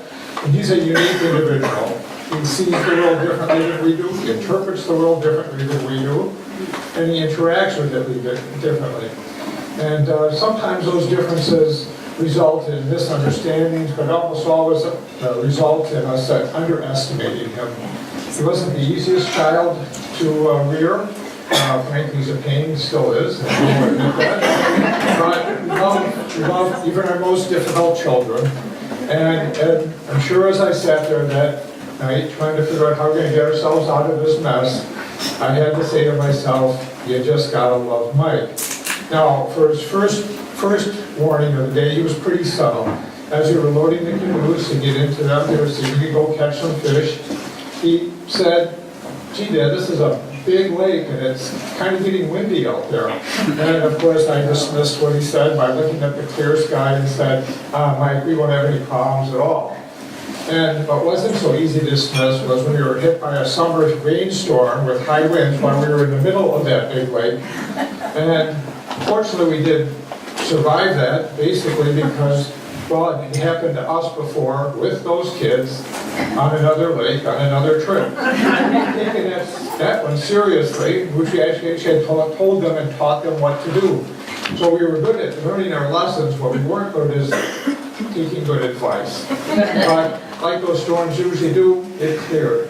and give us another chance for adventure, maybe misadventure. And someone said, well, let's go for a hike. And someone else suggested that we climb a nearby small mountain. Why not? You know, it's early in the afternoon, you have plenty of time, we can get back, start a campfire, watch the sunset over the lake, have some s'mores. Great idea, right? You know, trailhead's just up the trail a little bit. Somebody agreed, let's go. And we got there, signed in at the kiosk. And as we're doing that, Mike looks up at the sign and says, Bear Mountain. Dad, are there bears here? And I said, oh Mike, if there are, they're black bears and they're afraid of us. There's 7 of us. They're not coming near us. We won't even see them. And off we went. The hike wasn't too bad. And as we neared the summit, it was getting late in the afternoon, and a cover of clouds came in.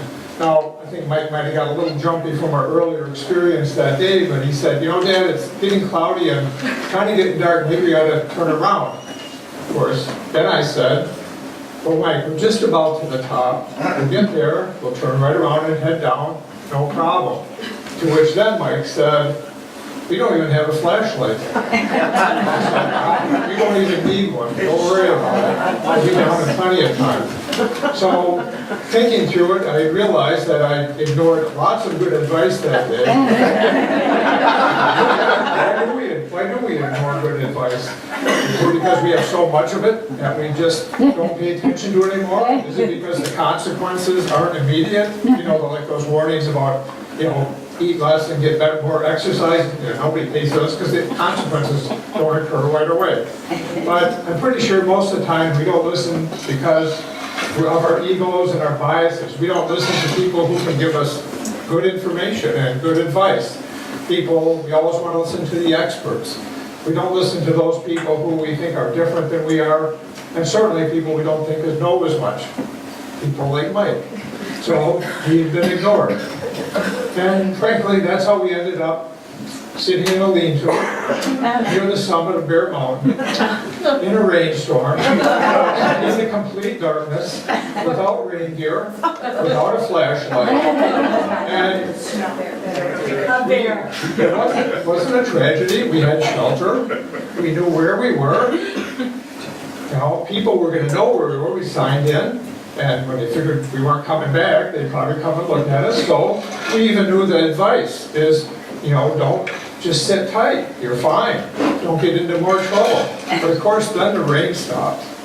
And of course, what did we do? We agreed we're going to descend into the slippery darkness of Bear Mountain. And so we did. The problem was it was so dark you couldn't see your hand in front of your face. But we did have three items, 3 devices. We had this old clamshell phone with dying batteries and 2 watches with indigo.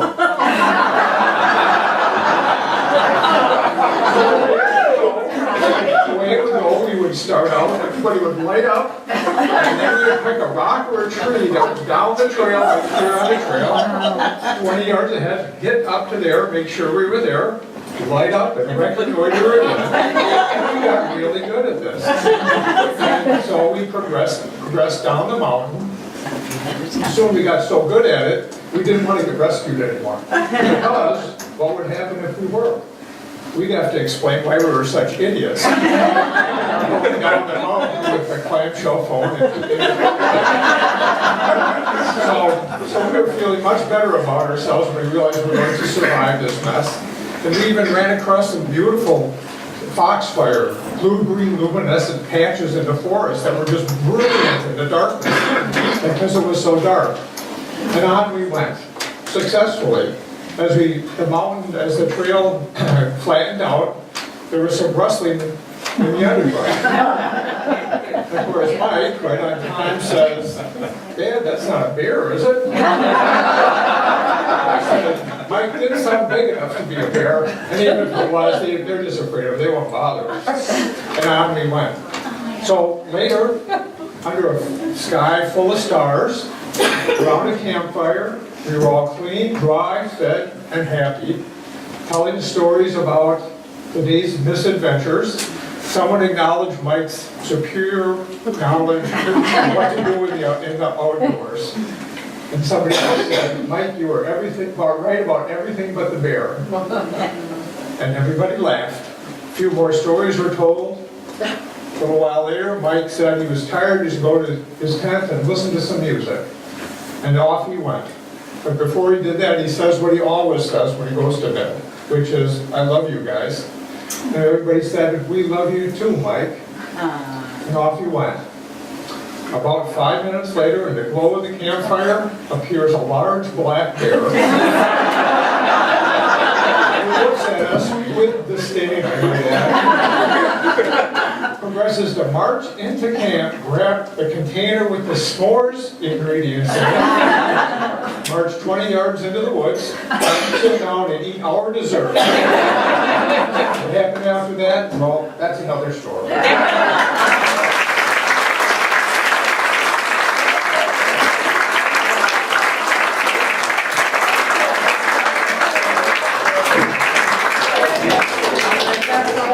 Yeah, the famous last words, they're more scared of us than we are of them.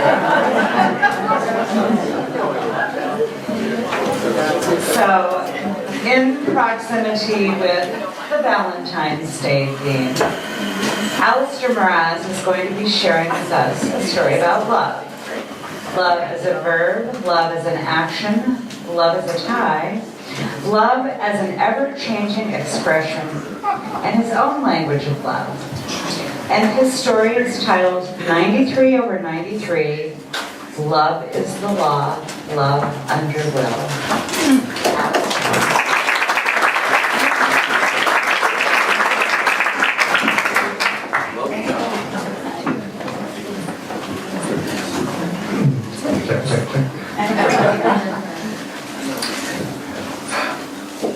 The first person I ever loved, though I didn't know it at the time, way back in 1986, was my mom. I formed in the womb. And it was my dad who gave me my name, Alistair. He recounted this day in California. I was the first person you saw as I pulled you out of your mother in the hospital parking lot.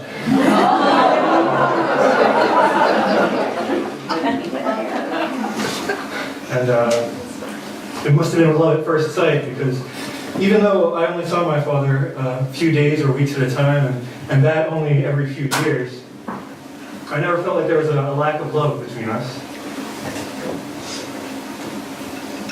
And there are many types of love. Love between friends, family, romantic love. When I moved here on Lake, some of you might know I moved here with a girl I love named Megan. And some of you may know she and I parted ways last summer. 2 weeks ago, though, we had a lunch together. And she said, casually, I'm reading a book called The 5 Languages of Love. And I think your language is gift giving. And I thought, maybe she's onto something. When I was 5 years old, I drew this picture of some dinosaurs, and with little word balloons. One of them said, "You are so pretty," and the other one said, "You are beautiful." And I gave this to my aunt. A little misguided, but it was the first gesture of romantic love I can remember. Later in high school, I continued giving gifts to a girl named Leah. Fell in love with her. I gave her this bracelet I made of beads, a gift box made out of Legos with a movie she wanted to see in it, and I was so in love. It was blinding, actually. I didn't know what it meant when she called me one night crying that she cheated on me. So, c'est la vie.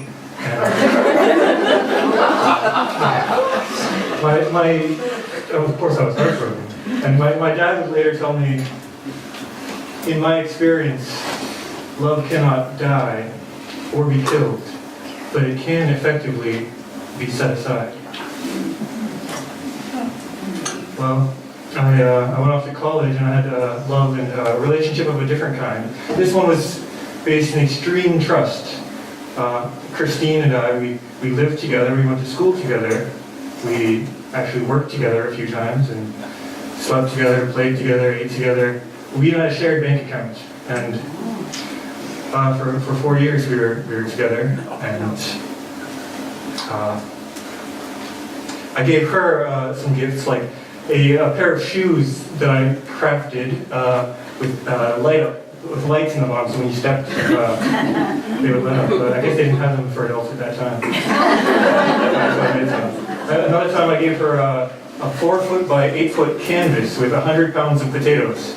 And it was a reference to her favorite book by Kurt Vonnegut, where the main character is an artist who paints his masterpiece in the potato barn out back.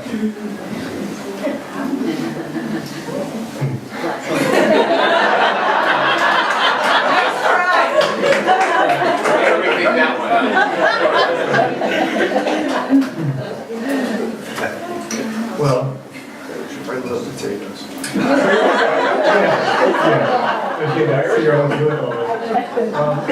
We were so close, and we did so much together that I actually began to lose my own sense of identity. We were a unit, and I started wondering, who am I, and why am I me?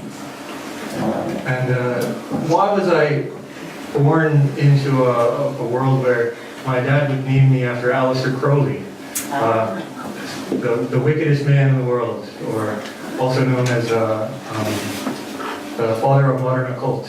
And was this a life I chose, or was it assigned to me in some way? Well, and what did it mean when Crowley wrote, love is the law, love under will?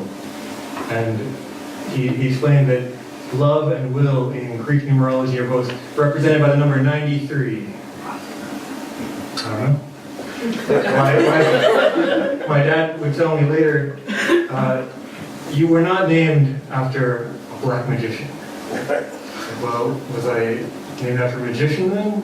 What does that mean? And I started looking up, what is a magician, a wizard or an occultist? I found this definition for the magi, those who travel far to give gifts, like Balthazar, Caspar, and Melchior, their frankincense, gold, and myrrh. And that really resonated with me. I really tried to live that life for a while. And I would make little paintings and just hand them out at parties or on the streets. And I'd make dream catchers that I would leave in the park or on people's front porches sometimes. Sometimes they're strangers, but most of the time people I know. And I found an old book of poetry, 100 years old, by Stephen Crane.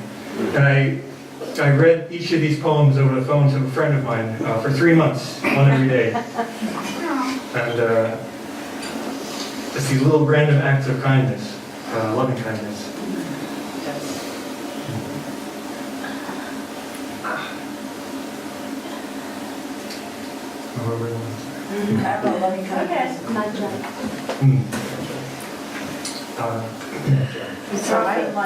Love, yeah. Time? Yeah, exactly. Well, if you're not married, I can hook you up with some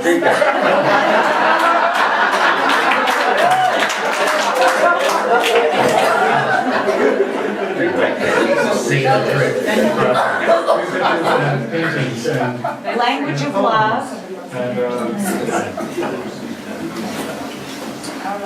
And I worked in a diner where outside there was a flower peddler. He would say, I can give you a really good deal on some roses. And sometimes after work I'd give him $20 and he'd give me 3 dozen roses or so. I went to a friend's house. His stepdad let me inside, and I walked to the 4th floor, and I found my friend and about a dozen other people sitting in a circle on the floor. I thought it was a strange sight, but maybe I was the strange sight, because I walked in with a Vietnamese rice hat and armful of roses, and without saying a word or skipping a beat, I handed each of them a rose and walked right back out again.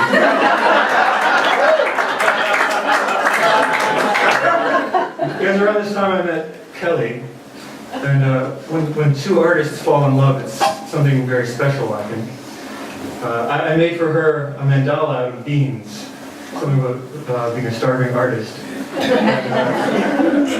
And I put all this imagery, all the magical imagery I could think of. It's like a mosaic of sorts, one bean at a time. For 9 days, I placed these beans down. And this mandala acted like a sigil also, to manifest the divine feminine principle or the goddess archetype on the earth. And when I showed Kelly this, she said, "It's perfect."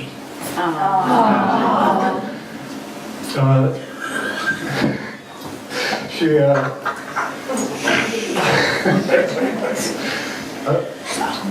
not long thereafter, she would write songs about or for me, and it was a magical time.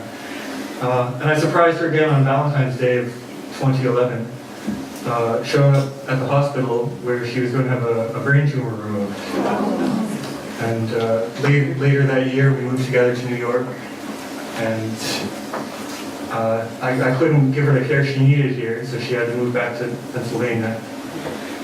And I thought about how love cannot die or be killed, but can effectively be set aside. And in December of 2017, my dad was diagnosed with acute myeloid leukemia. And December of 2018, my stepmom sent me a message saying he doesn't have much time, come quick. So I got a one-way ticket to Spain, and for 3 shining weeks, I spent time talking, discussing, laughing, talking about the nature of reality and what it means to be alive and to die.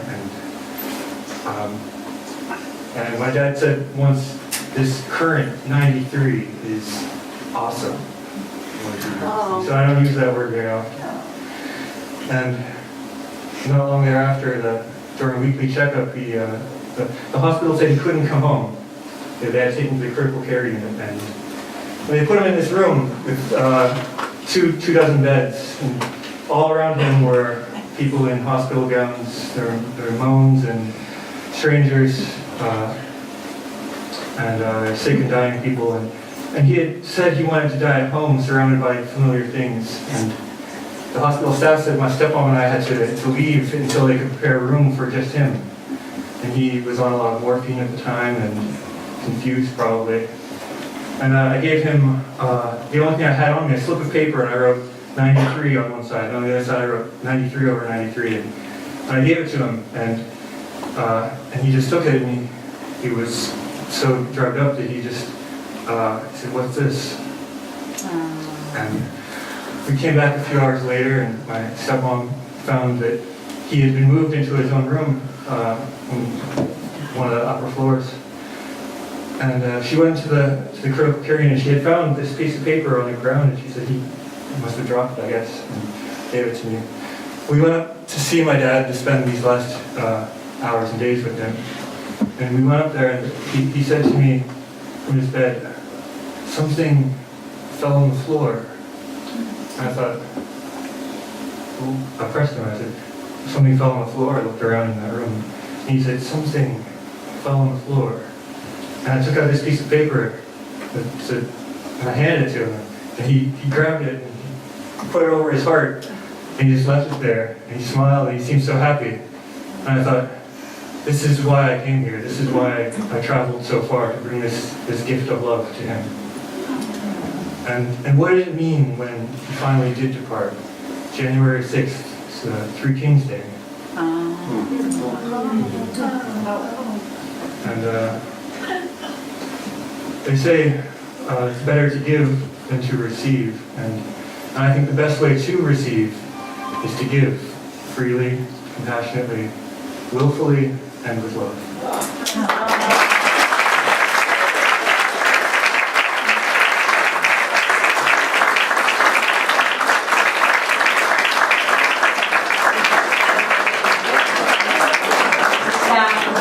Alistair. Lydia mentioned that We have not 11 but 12. Do we want to take a little short break before? No. No, Not 15. Pardon? It's 2 and 1. Go for it. Oh, okay, so Olivia and Kate are separate? No, they're fine forward, but they're two. So there's one more to go? Oh, okay. One more. Okay. One more to go. Grand finale. We can do it, people. We can do it. Do it. This is one more.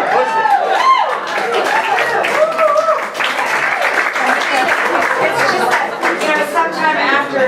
sometimes after something a little profound, you need a little bit of a mental break. But okay, I'm going to keep on going.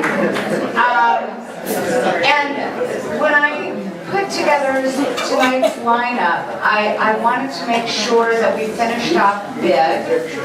And we are, because we're finishing off with the story that's being shared by Kate and Olivia. And Kate and Olivia are sharing a circuitous story, okay, about what happens when two people put cats and dogs, oh, I should have worn my glasses, okay. Cats and dogs, a devotion to career, and a chocolate calzone above the need for immediate medical attention. Kate Bukowski and Olivia Mendieti.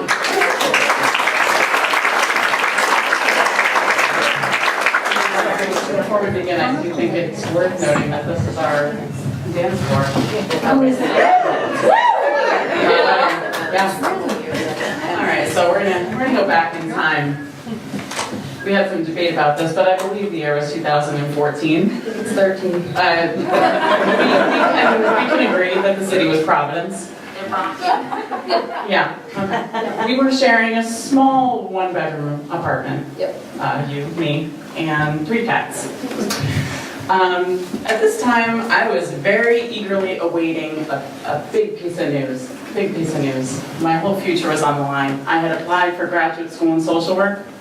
This was my path into a real career. Okay. Checking my email, you know the feeling when you've got big news coming. Some of you, maybe you're obsessive email checkers. Where did we work? I'm gonna get there. I'm gonna get there. We're working. All right, so We're working. But I'm just So at this point, yeah, I'm working a day job, but I'm scanning my email every half an hour looking for that. You've been accepted to the Rhode Island School Social Work Program. In the meantime, Kate and I are working together in a permanent supportive housing program. So we're case managers, and our job is to move people from homelessness, people who might be sleeping outside, into apartments. And even probably more important, making sure that they maintain their apartments. So, the reason that maintaining them in the apartments is so important is because sometimes they do silly things to get themselves evicted. And I am the type of case manager, social worker that basically do almost anything to make sure that does not happen. And this particular day, something happened. And so I get a call from my boss, both of our boss. And she said, your client's got a dog in the apartment. She's not supposed to have dogs. It's a pit bull puppy. And the landlord, named Princess, the landlord is going to kick her out if it is not out today.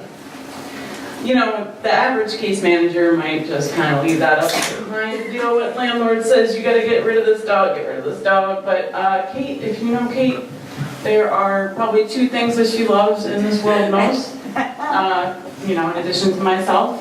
And those would be ending homelessness and animals. So I go to Darlene's, I pick up the dog, no questions asked, it's gotta be out, she's not getting evicted. We'll deal with this over the next couple of days, but in the meantime, I bring Princess back to our 1-bedroom, 500 square foot apartment. Something like that. And the 3 cats are not pleased. And I don't even bother to ask her. I think I got back to the apartment, I'm like, hey. So we got a house guest for a couple days, just a couple days. We're gonna figure it out. We'll find a shelter, we'll find some rescue, whatever. Someone will take this. And you know, I'm like, well, yeah, sure, of course, we gotta do that. We gotta make sure that this person doesn't lose her apartment over a cute little puppy, and I'm not gonna say no to meeting a cute little puppy named Princess. she was little, she's like 40 pounds. But she's a puppy, so she's just going nuts, and I'm like, you know, this may have been a big mistake, but it's all done now, we can't go back, so I... Which pretty much sums up Kate. Yes. This is the middle of the day. This is like noon, like lunchtime, and I'm like, all right, Princess, all right, cats, don't kill each other, I'll see you guys later. I close the door, I'm like, I'm praying to God that they're all alive when I get home. And so I go back to work, finish out the day. What goes next? Oh yeah. Kate comes home. Yeah, then I come home from work. They scatter like cockroaches, the cats, because the dog is freaking out. I got one cat in the bush, in a plant, a house plant, another cat on the curtains, and the other cat runs into the room, my favorite, my baby, runs into the other room, and then the phone rings. Well, here's where I'm at right now. I'm getting ready to leave work for the day. And you know, I'm refreshing every half hour, looking at that email, waiting for that news to come. And it came as I'm getting into the car to leave work. I have been accepted to the Rhode Island College School of Social Work. I'm getting my master's. But that's another story. That didn't quite work out, but I was very happy. On that day, the future was blue sky. So I pick up the phone and call my dear, not even fiance, call up Kate and say, Kate, I got it!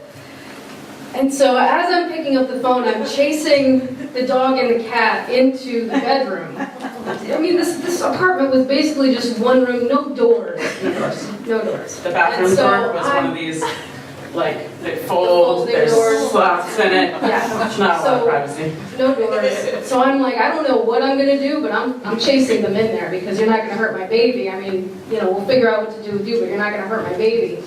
And so I go in there. I don't know why I did this. I've got the dog in one hand, and this is while I'm on the phone, right? On the phone. So safe. Right. I got the pit bull by the collar in one hand, the cat by the scruff up here. I don't know what I'm doing. Why did I do that? Congratulations, honey. Congratulations. I'm so excited.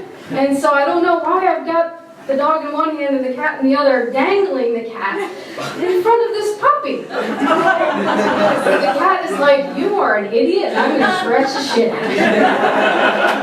And she turns around in my hand, not a small cat either, she's kind of fat. So she turns around and with all her force just furiously grabs my wrist as hard as she possibly can. And I'm like, okay, you're right. I dropped the cat, I got the dog, and I'm like, oh, that's, you know, still on the phone, that's great. And I'm like, it's time to celebrate. We're going out. We're going to our favorite Italian restaurant, Campanella's. My wrist hurts. I don't know what you're on about over there. It sounds like you're in some kind of kerfuffle, but I don't really care. We've got more important things to deal with. No, you're we right. have celebrating to deal with. It's just a cat scratch. And Campanella's has this very special treat that will probably help with your cat scratch. You're right. You know what that very special dessert is? We could do this for the chocolate calzone. For the chocolate calzone. Let's just pause right here to talk for a minute about a chocolate calzone. You know what a calzone is? It's dough with cheese inside, ricotta cheese. This is a dough with ricotta cheese and chocolate. With chocolate on top. And whipped cream on top. There's no dessert like it. It's worth the trip to Rhode Island. Yeah. So yeah, that's the plan. We're gonna go celebrate. So I get home, get ready, getting dressed, get in the car. I'm just going on and on. I'm gonna go to social work school. I'm gonna meet the other social workers. I'm gonna meet the social work teachers and social work students. I'm gonna learn about social work. It's gonna be so great. We'll see the rest of my life unfolding. And Kate's just not giving me her full attention. Also, the bar just isn't that high to get in that school. Sorry, I graduated and I was like, you're gonna be fine, don't worry. And you're sleeping on the couch. I know. And so we go, we basically, she's dragging me. So we're having dinner. Kate's describing a lot of symptoms. Just going on and on. It's becoming very sore and like throbbing pain.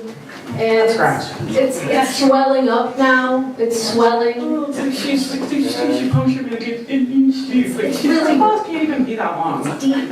It's deep. Yeah. And I'm sitting at the table and I can now not grasp anything with my hand. And she's like, I don't care. Wait, why you have two hands? So we get to the point where I'm like, all right, well, it's rude to continue to neglect her complaining.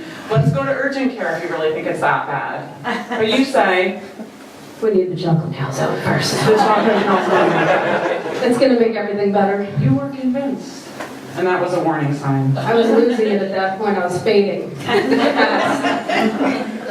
But this dessert will heal your wound. We'll heal all things. She's barely upright at this point.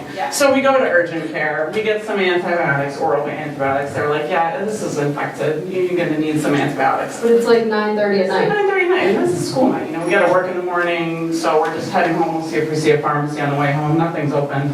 So we go to bed. She's going to get them in the morning. It'll be fine. So in the morning, I have like a presentation. It's very fuzzy. I don't really know what I had that morning. I was presenting something at a treatment center.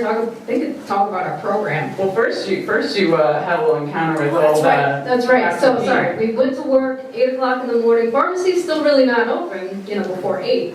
I mean, some are, but that's like way out of the way. Yeah, we don't. We had to go to work.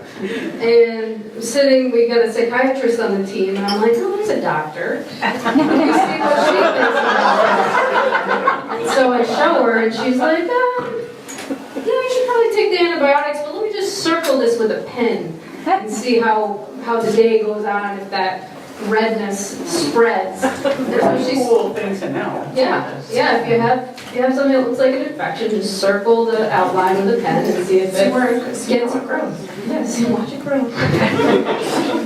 And so I went and did my presentation. I just remember gritting my teeth the whole time and being like, yes, we welcome people who are chronically homeless with mental health and substance use. And so I come back after that and So she finally stopping to get her meds. Right, finally stopping at the antibiotics on the way. And a bag of chips. At this You're point, supposed to take with I have eaten nothing. I've never taken these type of antibiotics before that I can recall. And so I'm like, oh, just gotta pop these pills, eat a couple of chips, I'm really hungry. And I go back to the office and sure enough, I show Dr. Potter the mark. Not only has it gotten bigger, but now there's a red line going up my arm. Cat's scratch fever. I started feeling really flush, and I said, as she was looking at it, I said, wait, I think I have to go throw up. Usually it's our clients who are the ones throwing up outside the building, and we're helping them to detox. So now, role reversal. So I run out and I start vomiting outside of the building, and my clients are, you okay? What do you need? We're going to go to the hospital. So I get a call, I'm out doing my case management duties. Get a phone call from one of our teammates. Stephanie, such a sweetheart. I don't want to worry you, and you don't necessarily have to leave work for the day, but I just want to let you know, Kate is in the emergency room for cat scratch fever. So I drop everything, straight to the emergency room. Kate's there, IV antibiotics at this point. They're done with the orals. It's gone beyond that point. The doctor says she could have lost her arm. Oh my God.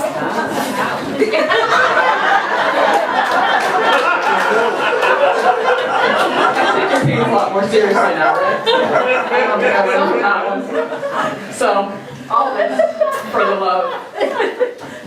the work that we do. And the cats and the dogs. And chocolate calzones.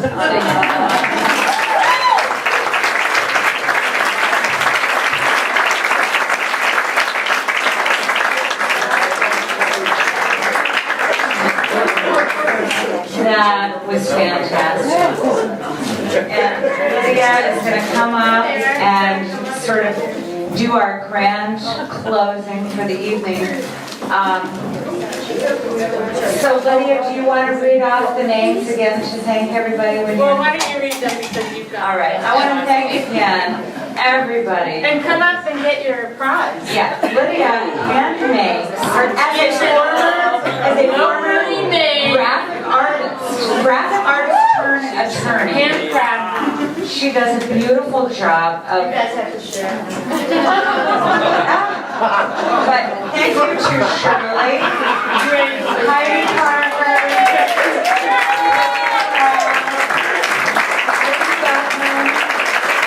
Joanne Martin, Debbie Price,